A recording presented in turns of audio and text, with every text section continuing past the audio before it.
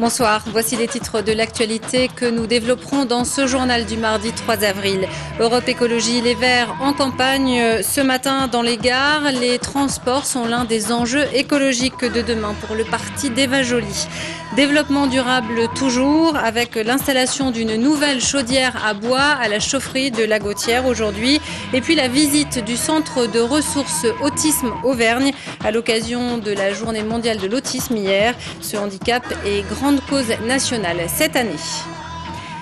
Mais avant de développer ces titres, nous avons le plaisir de recevoir Elsa Zilberstein dans ce journal. Bonsoir. Bonsoir. Vous êtes à l'affiche de Plan de table, le premier long métrage de Christelle Reynal qui sortira en salle le 11 avril prochain. Une partie de l'équipe présente le film en avant-première ce soir à Clermont. Qu'est-ce qui vous a plu dans ce projet? Vous aviez envie de faire une comédie? J'avais envie de faire une comédie, j'en avais pas fait depuis longtemps et ce qui m'a plu c'est l'écriture très originale du projet. C'est un film sur le destin. Oui. L'idée c'est un dîner de mariage et en fonction de comment les gens sont assis à ce mariage, l'histoire va changer. Donc c'est plusieurs fois la même histoire, mais pas la même histoire puisque leur destin et leur destinée, on va suivre ces personnages dans leur propre vie et leur histoire ne va pas être la même. Voilà. Comment faire confiance à un réalisateur, une réalisatrice en l'occurrence, qui vient de la pub et qui écrit ici son premier projet de cinéma? J'ai trouvé ça remarquablement écrit. Je suis une fan des films comme Un jour sans fin ou Smoking No Smoking. Il y avait cette idée de qu'est-ce qui fait que dans la vie votre destin va basculer. Oui. À quel moment vous rentrez dans un aéroport, dans un restaurant, et là dans un dîner de mariage en l'occurrence. Qu'est-ce qui fait que les signes de vie, qu'est-ce qui fait que les gens vont se croiser ou pas se croiser? Je trouvais ça remarquablement écrit, incroyablement original, puisqu'on va suivre le destin de 4 couples. Moi, je suis mariée à Franck Dubosc dans le film. Oui. Et finalement, c'est l'occasion de voir 4 destins de femmes aussi, ou 4 destins d'hommes. Je trouvais ça acide, doux, amer, incroyablement original, en même temps très moderne, puisque c'est mon personnage, elle s'appelle Catherine, elle est mariée à Franck Dubosc. C'est un couple qui s'ennuie, on sent qu'elle est plus tellement heureuse, mais elle se fait croire que tout va aller, elle est dans le déni un peu de cette relation. Et finalement, son corps explose, son corps est au bout, elle est au bord de la crise de nerfs, et finalement, ça explose. On va regarder la bande-annonce du film tout de suite. On s'est aimé au premier regard. C'est vraiment le mari idéal. Hein. C'est quelqu'un de généreux, de spontané, il est tendre, il est doux. Vous voyez, c'est assez rare. Votre mari, il est où? Pierre?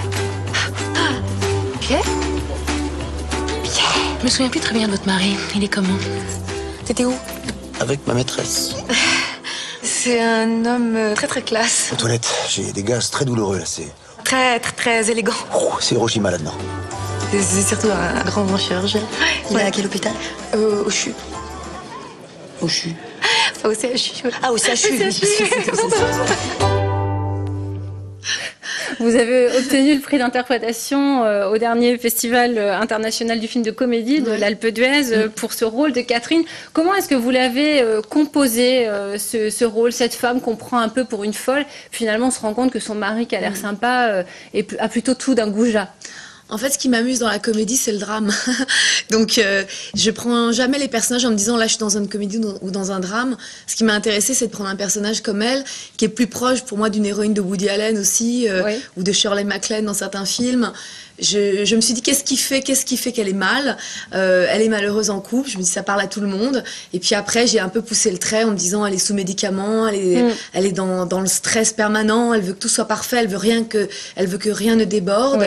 Et finalement, il y a tout son corps qui est en explosion, en implosion à l'intérieur, et à un moment ça va sortir. Ce que je trouvais original justement dans l'écriture et de voir comment elle évoluait au fil de ses plans de table différents, au fil de ses différentes histoires, elle va évoluer comme tous les personnages d'ailleurs. Elle cultive un peu cette ambiguïté tout au long du film, avant l'explosion où on comprend un certain nombre de choses.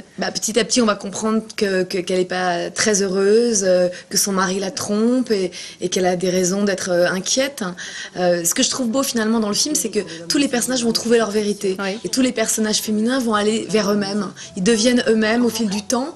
Et finalement, c'est un film de vie, puisque finalement, on n'arrive pas forcément à se trouver tout de suite. Ça met du temps, parfois, de devenir soi-même. C'est un film d'interprète aussi, parce qu'une belle place est faite, je trouve, à l'ensemble des comédiens. Il y a une belle troupe de comédiens, notamment Audrey Lamy, qui a un rôle comique aussi, et une force comique qui est très, je trouve très qu'on intéressante. on est 4 femmes très différentes. Louise Monod, Shirley Bousquet, qui va se marier, Shirley Isabelle Bousquet et Audrey Lamy qui est magnifique, qui est sur le fil, qui cherche l'amour, qui n'arrive pas à trouver l'amour. Je trouve que tous les couples en trouveront trouveront à manger, j'ai l'impression, dans le film. Oui. Chaque femme, chaque homme pourra se retrouver. On est 4 images de couple possibles.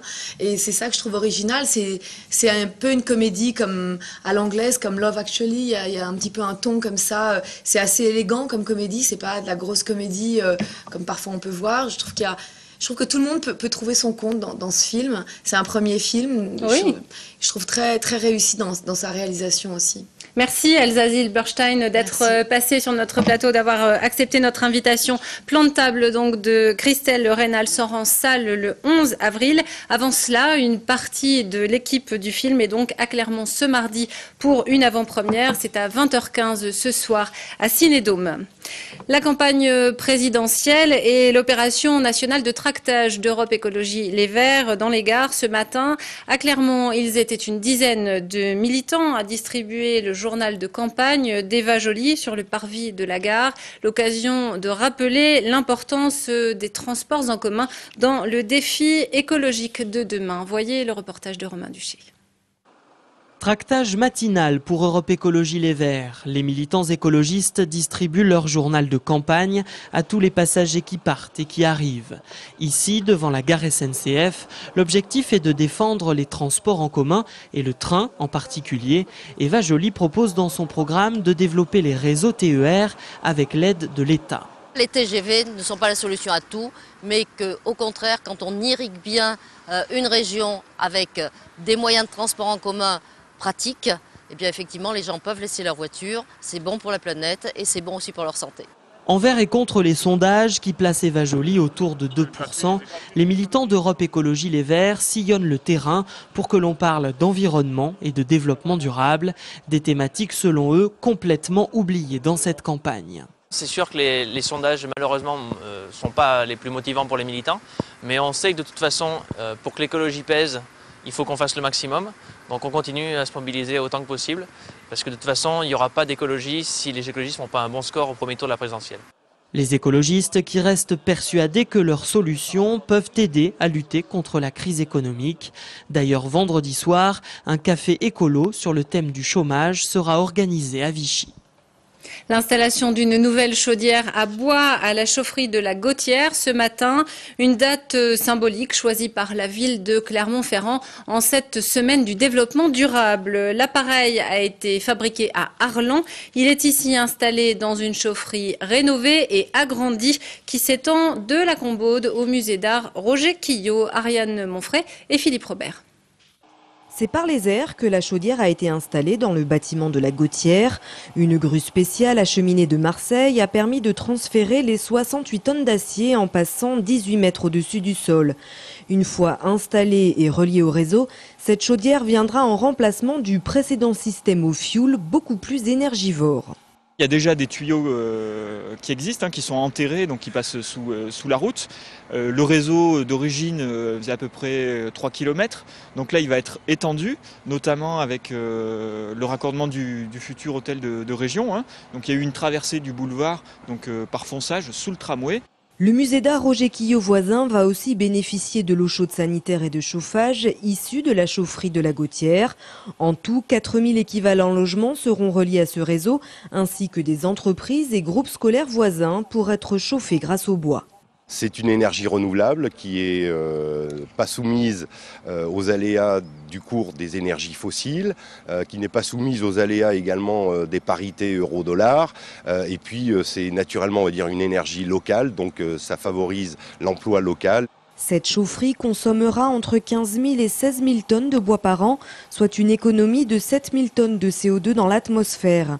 Sa mise en service devrait intervenir à la rentrée 2012. Coût total de l'investissement, 7 millions d'euros. La journée mondiale de l'autisme se tenait hier. L'occasion pour le Centre Ressources Autisme Auvergne d'ouvrir ses portes au public au CHU Gabriel Montpied. Il s'agit d'informer sur ce handicap qui est grande cause nationale 2012. Des familles, mais également des professionnels de l'accueil des personnes handicapées avaient fait le déplacement. Philippe Robert s'est rendu sur place. L'auteur de ces dessins est une jeune fille de 13 ans prénommée Agnès. Scolarisée dans un collège, elle souffre d'un handicap mental, l'autisme.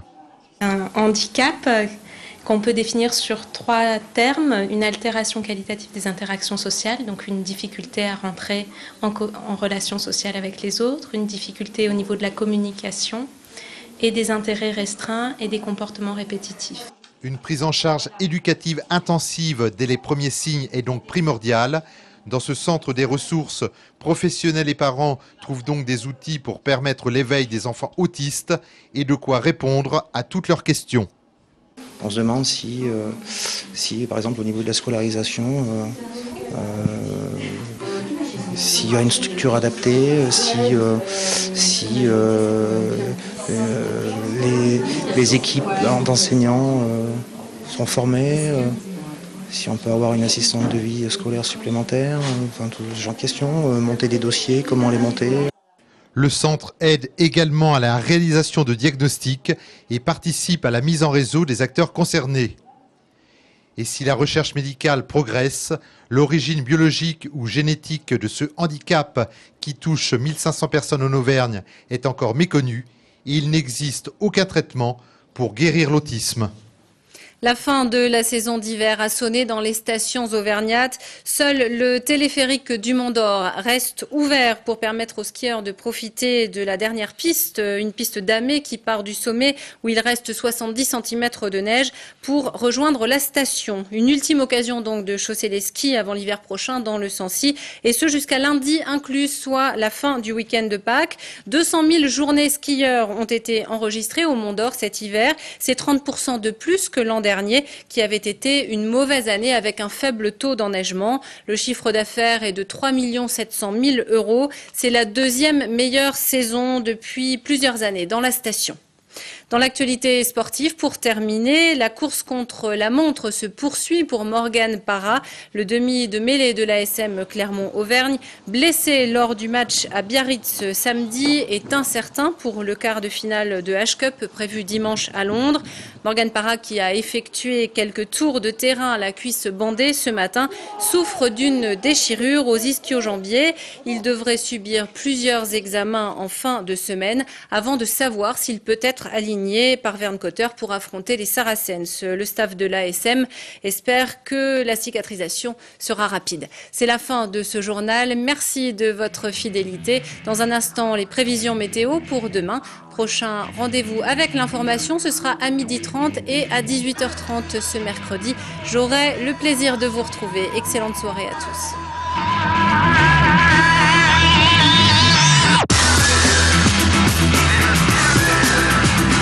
Toute l'actu locale est aussi en ligne. Retrouvez votre JT sur clermontpremière.com.